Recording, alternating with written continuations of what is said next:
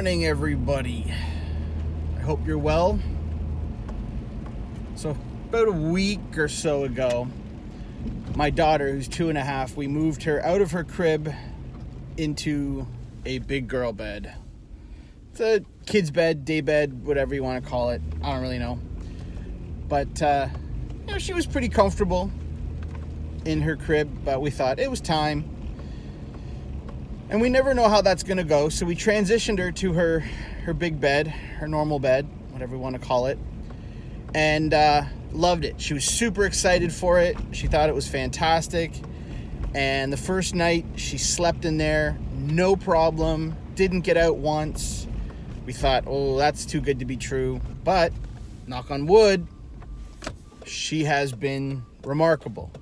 She hasn't got up. She actually sleeps longer now for some reason. I wonder if it's just a bit more comfortable.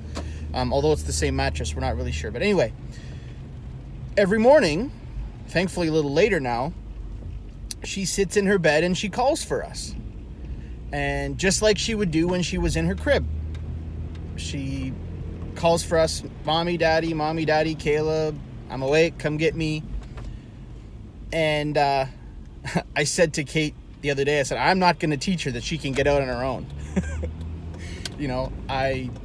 It's kind of interesting, only because she'll probably be up 1,000 times in the middle of the night coming into our room when she wakes up. Because now when she wakes up at night, we can talk to her on the monitor and she goes back to sleep, or we go in every now and then and rub her head. But, we were talking about this last night, how it's kind of funny that she doesn't realize she can get out and she just sits there, and I guess she's conditioned to that. And both my wife and I looked at each other at the exact same time and knew what we were thinking, which was, man, is that ever, a parable for life?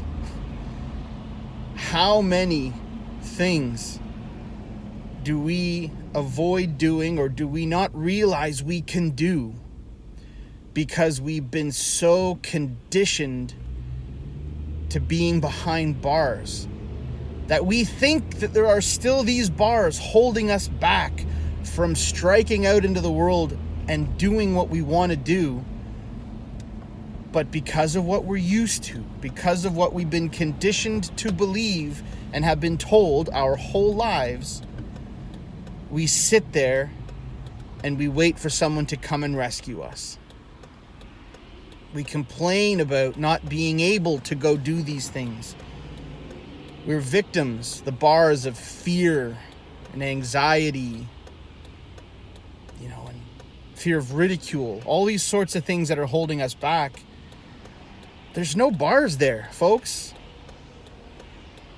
Other than in some extreme examples, which we've talked about, which is not kind of what this video is about. Yes, there are situations where, if you don't have any money and you've got a ton of people that are relying on you, you do have some bars in that you can't quit your job. You gotta earn a living. Full stop. Fine. Let's move past that.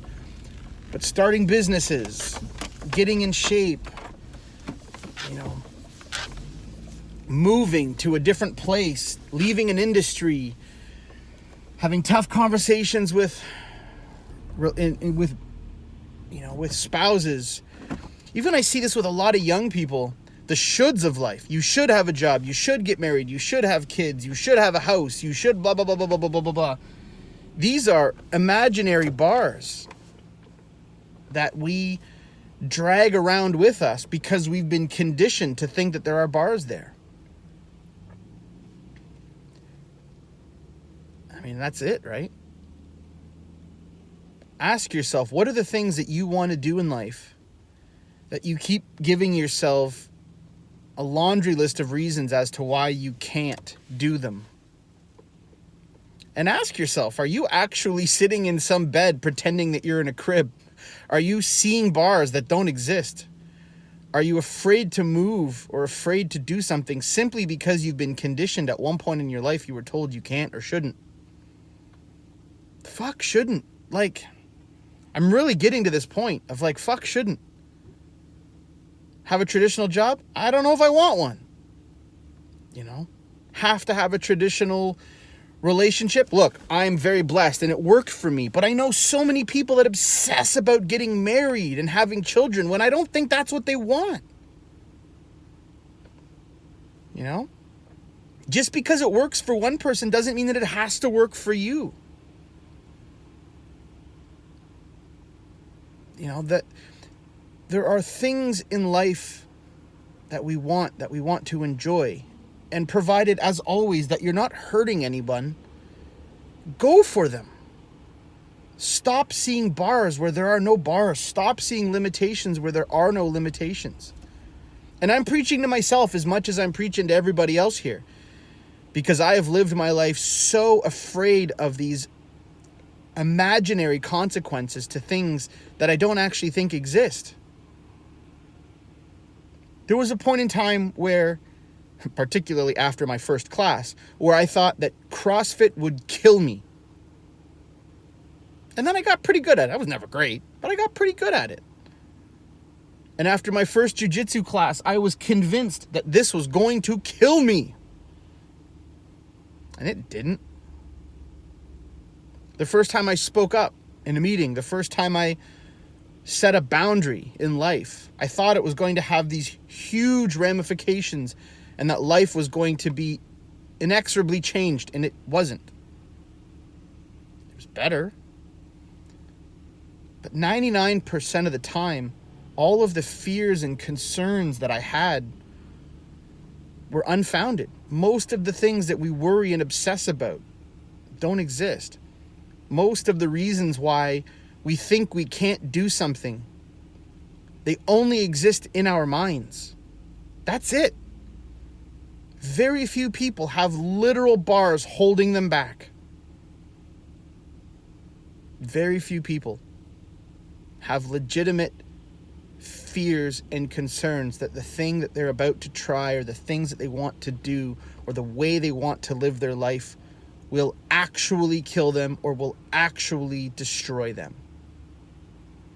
Now, it may require that you live outside of society's norms, but that's okay, right? It's scary.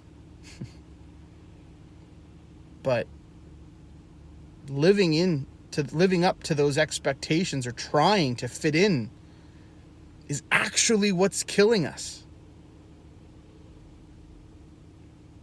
It's not the fear of what's out there that's killing us. It's the bars that we put up for ourselves that force us to stay put. It forces us to not move. So we atrophy. We rot. We get mossy. We get restless. We get fat. We get complacent. Our minds fail us. That's what being stationary does. That's what sitting in a cage staring at bars will do to you. Don't be afraid of what's out there. Be afraid of sitting on your ass and not doing anything. So we haven't decided if we're going to teach our daughter yet whether she can get out of bed or not. But make sure that you're not sitting in some bed imagining bars that don't exist, calling out to people, hoping that they will come and save you. Because unlike my daughter, where my wife and I will always come to her rescue, you don't have that. I don't have that. And we shouldn't. So get the hell out of bed. There's no bars. See you tomorrow.